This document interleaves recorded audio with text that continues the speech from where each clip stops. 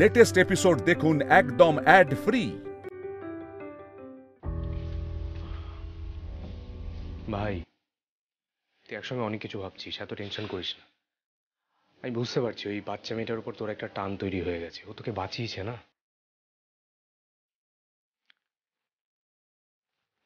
সন্ধ্যা, আমার তো একটা বদনাম আছেই যে আমার হুট করে মাথা গরম হয়ে যায়, চেঁচামেচি করি, রাগারাগি করি। ইনফ্যাক্ট সাক্ষ্য অলসো নোজ দ্যাট। বাট এই মেয়েটার ক্ষেত্রে না, ইটস অল ডিফারেন্ট। আমার না মনে হলো আমি ওকে চিনি।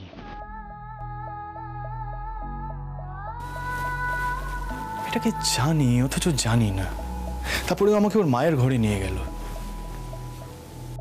ওর মায়ের ঘরে যখন ঢুকলাম না, একটা ডিফারেন্ট ফিলিং হলো। ঘরটা দেখে মনে হলো এই সবটাই যেন আমি আগে কোথাও দেখেছি। বাট সারপ্রাইজিংলি, মানে অবভিয়াসলি আমি ওর মায়ের ঘরে আগে কখনো ঢুকিনি। অবভিয়াসলি কিছুই বুঝলাম না, জানো তো। খুব সাসপিশিয়াস লাগছে সবটা। কেমন একটা অস্বস্তি হচ্ছে, জানো। আরো কেন অস্বস্তি লাগছে বলতো? কারণ এখানে এখন মিঠি আর সাক্ষ্য নেই বলে আমি ভিডিও কল করেছি। এনে ধর, একটু কথা বল, ঠিক লাগবে, ধর।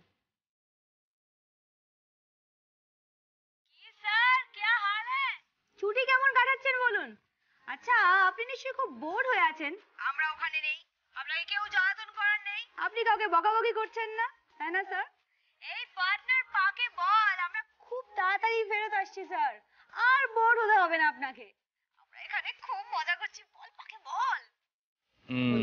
আমরা তো এখানে খুব মজা করছি। তা তো করবেই, পা নেই কি না, বাদামি তো আরো।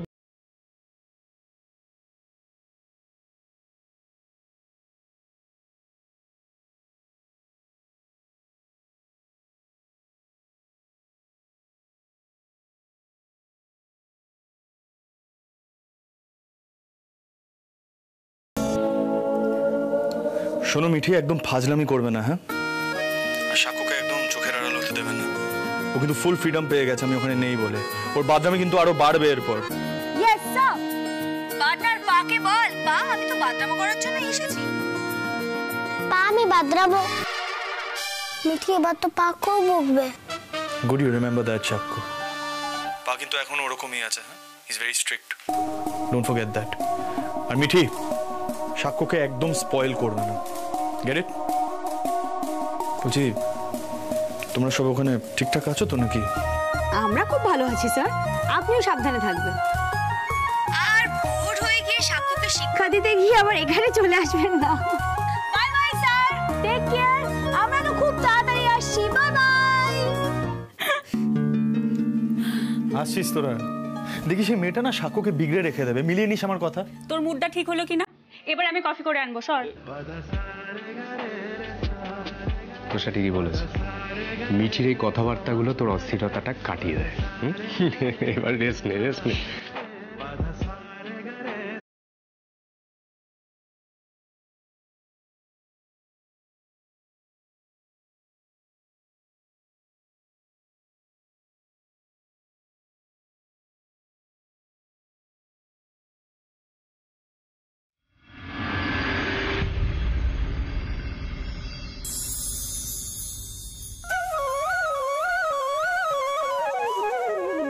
ও গোপাল, কিছু করো না, শুনছো? এবার তুমি জলটা খাও। এই না গোপালের প্রসাদ, খেলে ব্যথা সেরে যাবে। এটা আমি আমার মায়ের জন্য নিয়ে এসেছিলাম, কিন্তু তুমিই খাও।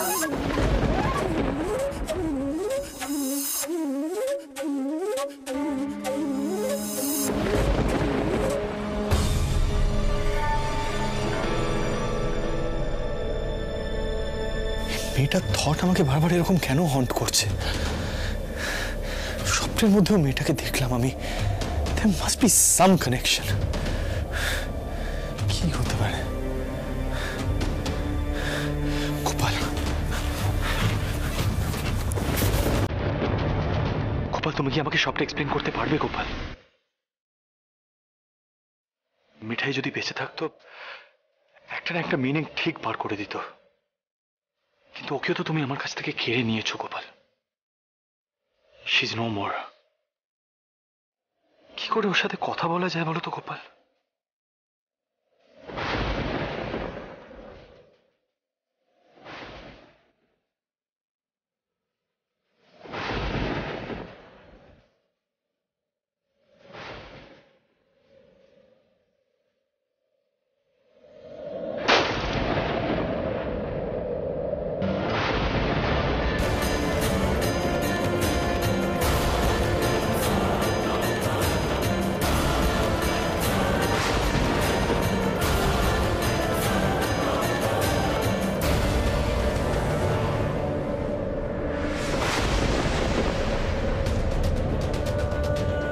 কি হলো? মিঠাই ছবিটা হাওয়ায় পড়ে গেল নাকি? No, Siddharth Modak. No, just calm down. You're overthinking, Siddharth Modak. তুমি ডেসপারেটলি চাইছো মিঠাই ফিরে আসুক, তোমার সাথে কথা বলুক। But that's not possible. এটা অসম্ভব। তুমি একটু বেশি রিড করছো, সিদ্ধার্থ মোদক।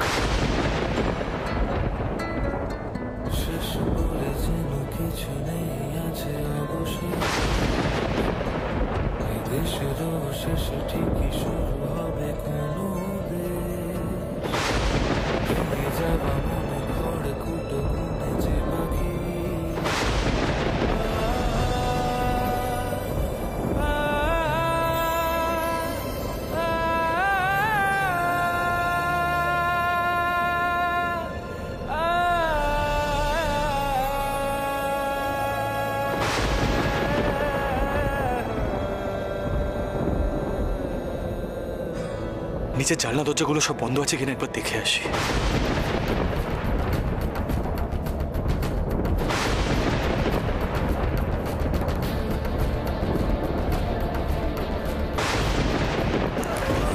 তুই শান্ত হয়ে ঘুমো তো সোনা মেয়ে। আচ্ছা এত রাগ কেন করিস তুই? এইটুকুনি শরীরে এত রাগ কোথায় থাকে মা? সবার সঙ্গে নাকি মিষ্টি মার জন্য সমানে ঝগড়া করে গেল আমার সোনা মেয়েটা। শোন মিষ্টি মা, আমি না ঠিক করে ফেলেছি। কি ঠিক করে ফেলেছিস? আমি তোর জন্য শাড়ি নিয়ে আসবই আসবো।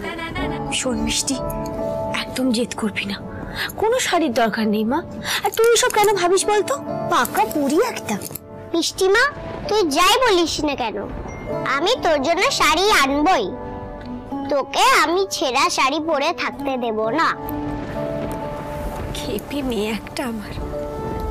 ওরে তুই যখন বড় হয়ে যাবি অনেক, তখন তুই তোর মাকে রানী করে রাখিস একদম।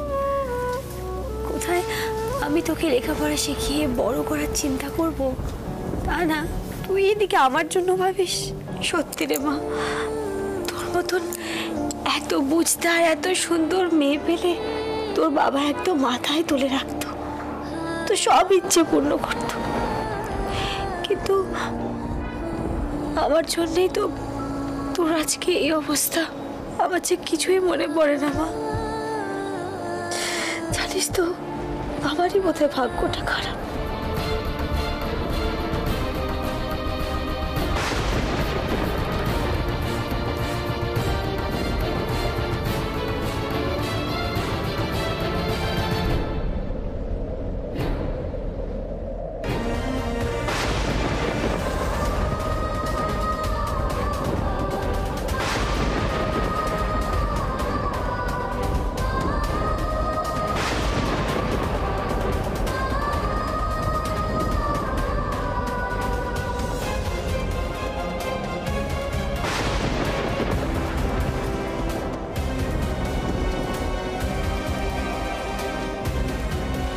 এটা কি করে সম্ভব?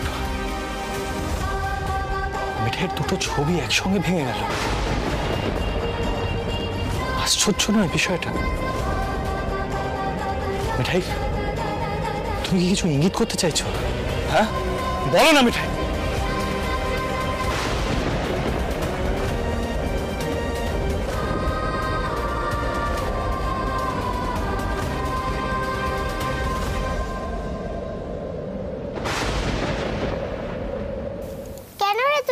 মন খারাপ করছিস মিষ্টি মা? তোর মিষ্টি আছে তো? আমি কাল গান করতে বেরোবো। গান? না না না না না, ওই কীর্তন দলের সঙ্গে বেরোলে কত বাবুর আবার রাগারাগি করবে না মা। করুক, আমি কি ভয় পাই নাকি? পরীরা কাউকে ভয় পায় না। আমার বন্ধু তো আমায় পরী বলে ডাকে। আচ্ছা মিষ্টি, তুই তোর বন্ধুকে এই ঘরে কেন নিয়ে এসেছিলি রে?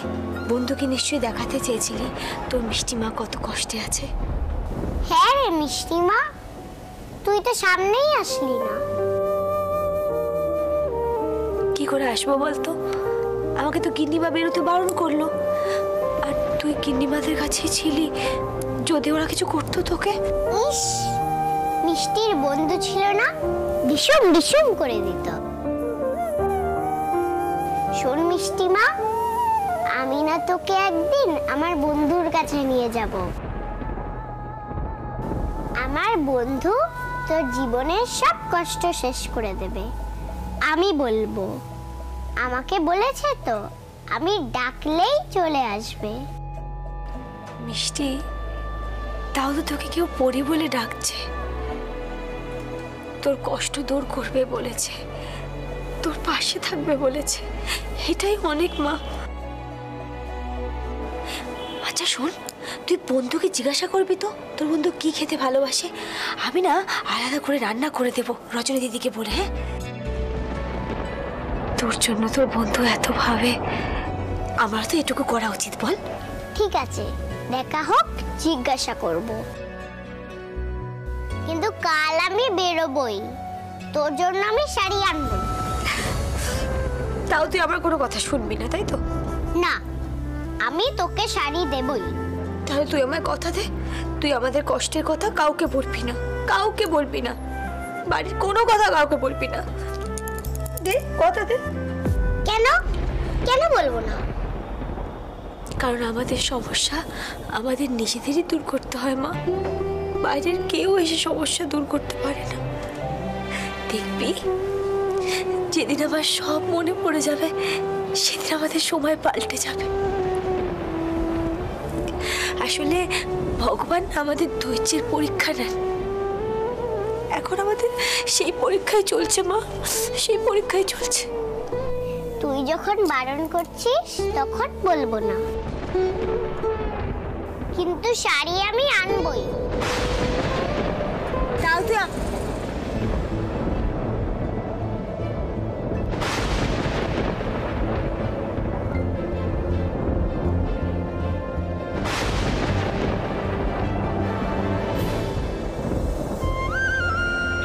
ঠাকুর, আর যে কত ঝড় সহ্য করতে হবে, আবার যে কবে সব মনে পড়বে। কেন মনে হয় কেউ যেন কোথাও আমার জন্য বসে আছে, আমি ফিরলে তারও কষ্ট দূর হবে।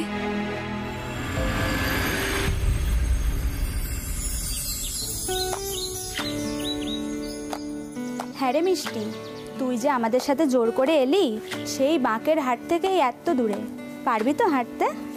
বিশাখা, সব থেকে ভালো হতো ওকে যদি কারোর বাড়িতে একটু রাখা যেত। কেন গো ঠাকুর দাদু, আমি কি ছোট নাকি? আমি ঠিক পারবো তোমাদের সঙ্গে নাচ গান করতে। শোনো রাধারানীর কথা, ও তো ছোট, বলো ও কি পারে এত কষ্ট সইতে বলো তো? শোনো ঠাকুর দাদু, আমার মায়ের জন্য একটা শাড়ি নিয়ে যেতেই হবে। আচ্ছা আচ্ছা, আমি না হয় তোর মায়ের জন্য একটা শাড়ি পাঠিয়ে দেবো। না না, তোমার শাড়ি মা নেবে কেন? আমি নিয়ে যাব শাড়ি। চলো চলো, এবার নাচ গানটা শুরু করি। কাকে কি বোঝাবে? সত্যি মিষ্টি মা, তোর মা অনেক ভাগ্যবতী, তোর মতো একটা মেয়ে পেয়েছে। দেখো বিশাখা, এইটুকু মেয়ে মায়ের জন্য কত ভাবে, তাই না? ও মা, মিষ্টিমার তো কিছুই মনে পড়ে না। মিষ্টিমার তো শুধু আমিই আছি। যেদিন মিষ্টিমার আমার বাবার কথা মনে পড়ে যাবে, সেই দিন আমাদের সব কষ্ট দূর হয়ে যাবে। মিষ্টিমা বলেছে।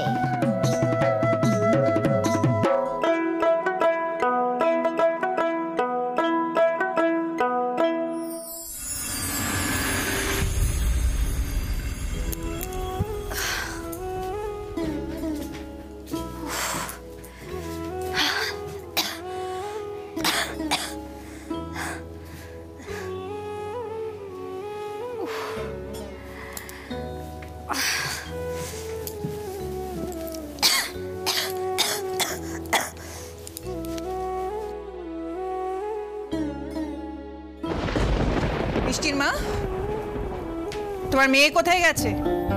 কর্তা তাকে চোখে চোখে রাখতে বলেছেন? সে বাড়িতে নেই গিন্নিমা। বাড়িতে নেই? এই বাড়িতে নেই মানে কি বলছো? কি কোথায় গেছে সে?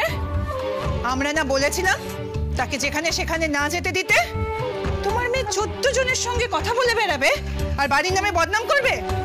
গিন্নিমা আমি ওকে বারণ করে দিয়েছি, ও কাউকে কিচ্ছু বলবে না। ও গান করতে গেছে হরিদাস ঠাকুরদার সঙ্গে। ওই এক হয়েছে, ওই ঠাকুর বাড়ি যাবার নাম করে সে 10 জনের সঙ্গে মেলামেশা করার সুযোগ পেয়ে যাচ্ছে। সিদ্ধেশ্বর মোদকের নাতি এত বড় এক মানুষ, তার সঙ্গে পর্যন্ত বন্ধুত্ব বাতিয়ে ফেলেছে, তাকে করে বাড়িতে এনে তুললো। বলি মিষ্টির মা, আমরা কিন্তু সব বুঝতে পারছি, কারণ না ভালো করতে নেই এই দুনিয়ায়। অন্যরা হলে ওই মেয়েকে দিয়ে পর্যন্ত কাজ করাতো। গিন্নিমা, এটা যেরকম ঠিক আপনারা আমাদের আশ্রয় দিয়েছেন, আমরা আপনাদের জন্য নিরাপদে আছি, এটাও তো ঠিক আমি সব সময় আপনাদের সব সুবিধা অসুবিধা সবকিছু দেখে চলি। কিন্তু গিন্নিমা, আমার মেয়েটা বড় ছোট, ওকে ছেড়ে দিন। কি কি করতে হবে আমায় বলুন, আমি তো সব করে দিচ্ছি। এই যে আজকে পাড়া শুদ্ধ সবাইকে আপনি মাংস ভাত খাওয়াবেন, আমি তো সব করে দিচ্ছি গিন্নিমা। মুখে মুখে উত্তর দেওয়ার স্বভাব তো তোমার আগে ছিল না মিষ্টির মা? হ্যাঁ, ওই তোমার মেয়ের নতুন বন্ধু আসাতে সাহস বেড়ে গেছে দেখছি। কি ভাবছো সে এসে তোমাদের উদ্ধার করবে?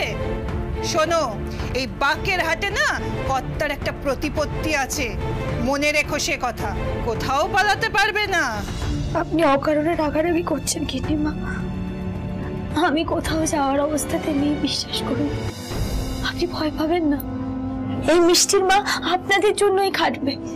শুধু আমার মিষ্টিটাকে ছেড়ে দিন গিন্নিমা, ওকে একটু বড় হতে দিন, ওর মতন ওকে লেখাপড়া করতে দিন, মানুষ হতে দিন গিন্নিমা। আমার মেয়েটা যে বড় অভাগী।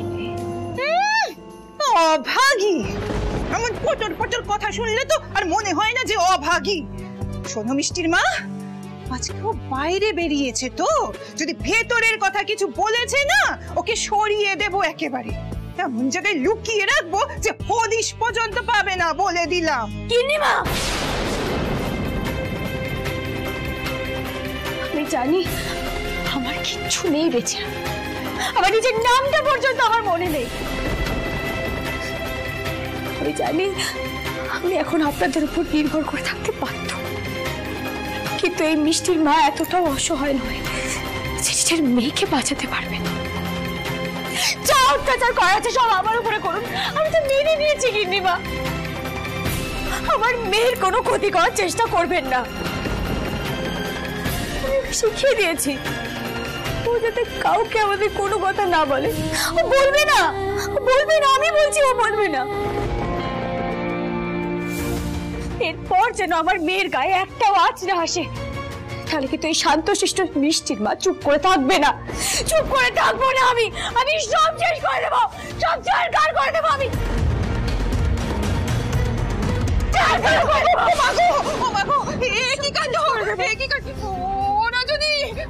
ওর মাথাটা বোধ গেছে, ও জল ঢাল, মা জল ঢাল ওর মাথায়।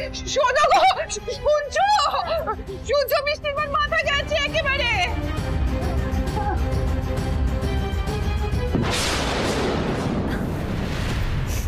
ও মিষ্টির মা, হলো কি তোমার? তোমার এমন রূপ তো আগে দেখিনি, কি হলো হঠাৎ?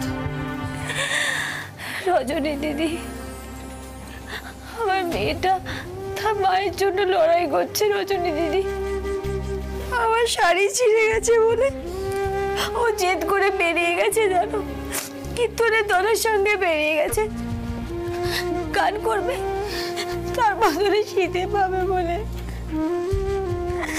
আমার শাড়ি ছিঁড়ে গেছে বলে আমার মেয়েটা এত কিছু করছে আমার জন্য, আর আমি চুপ করে মুখ বুজে সব সহ্য করবো? রজনী দিদি, না না রজনী দিদি, আমি মুখ বুজে সব সহ্য করবো না।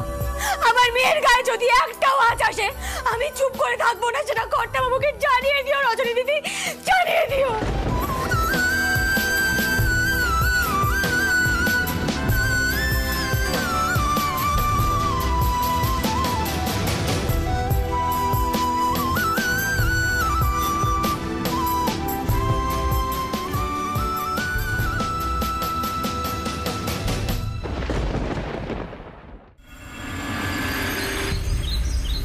দাদাই কোথায়?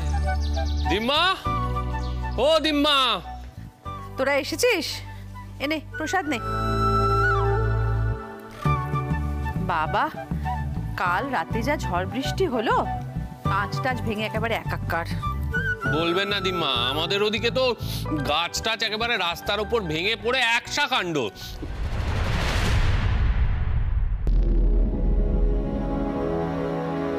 কি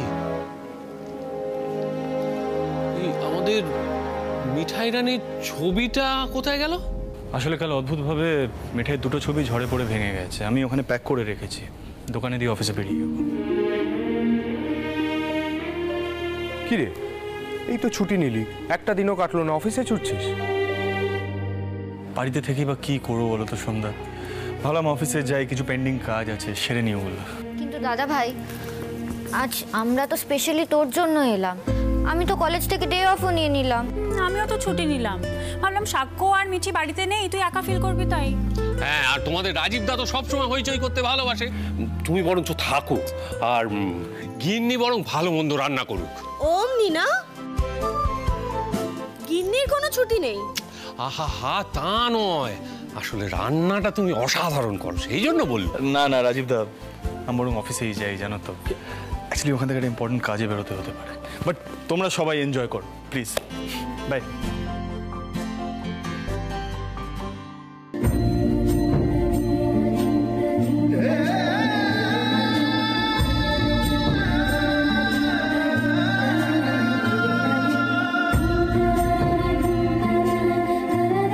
একবার এঞ্জেলের সাথে দেখা করলে খুব ভালো হয়। নফরবাবুর বাড়িতে ঢুকবো না, কিন্তু এঞ্জেলের সাথে দেখা করে জানতে হবে ওদের বাড়িতে সব ঠিকঠাক আছে কিনা, সবটা কিভাবে চলে, এঞ্জেলের কোনো প্রবলেম আছে কিনা সেটা জানাটা খুব ইম্পর্ট্যান্ট আমার জন্য।